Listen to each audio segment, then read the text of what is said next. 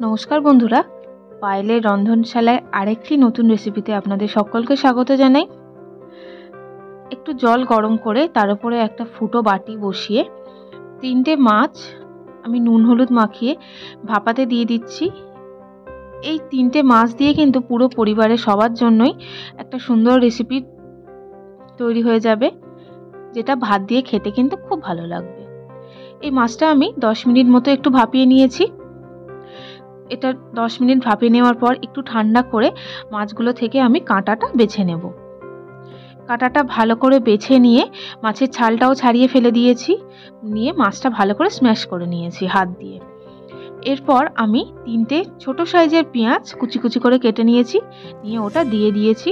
এরপরে দিয়ে দিলাম 2টো কাঁচা লঙ্কা কুচি, সাথে দিয়ে দিচ্ছি একটু আদা বাটা। আদা বাটা দেওয়ার পরে দিয়ে দিচ্ছি একটু নুন, স্বাদ মতো নুন দিলাম, সাথে দিয়ে দিচ্ছি হলুদ গুঁড়ো, আর দিয়ে দেব একটু ভাজা মশলার গুঁড়ো।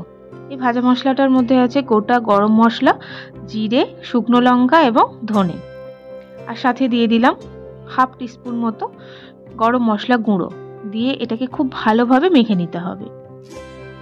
এই রান্নাটা খুব অল্প সময়ে খুব টেস্টি হয় এবং খুব তাড়াতাড়ি বানিয়ে নেওয়া যায়, যেটা গরম ভাতের সাথে খেতে কিন্তু খুবই ভালো লাগে। এরপরে আমি প্যানে খানিকটা সর্ষের তেল দিয়েছি, প্রায় 2 থেকে 3 টেবিল চামচ মতো সর্ষের তেল গরম করে মেখে রাখা মাছটা আমি দিয়ে দিলাম। দেওয়ার পরে খুব ভালোভাবে এটাকে কষতে হবে।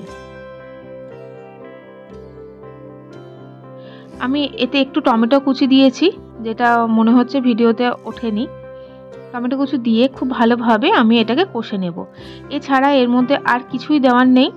একটু তেল দিয়ে এই মাছটাকে ভালোভাবে ভর্তা বানিয়ে নিচ্ছি আমি। এটা দিয়ে কিন্তু অনায়াসে এক থালা গরম ভাত খুব সহজেই খেয়ে নেওয়া যাবে। এটা এতটাই টেস্টি হয় এবং কোনো রকম ঝুট ঝামেলা ছাড়াই এটা বানিয়ে নেওয়া যায়। প্রায় 5 থেকে 7 মিনিট এটাকে খুব ভালোভাবে আমি গরম তেলে কষে নিয়েছি। নেওয়ার পরে একটু ঠান্ডা করে সার্ভ করে দিচ্ছি। এই রেসিপিটা আপনারা বাড়িতে তৈরি করবেন আর আমাকে জানাতে ভুলবেন না কমেন্টের মাধ্যমে রেসিপিটা কেমন হলো। এই রেসিপিটা ভালো লাগলে বন্ধুদের সাথে শেয়ারও করবেন এবং নিত্য নতুন রেসিপির আপডেট পেতে আমার চ্যানেলকে সাবস্ক্রাইব করার অনুরোধ রইল। সবাই সুস্থ থাকবেন, ভালো থাকবেন।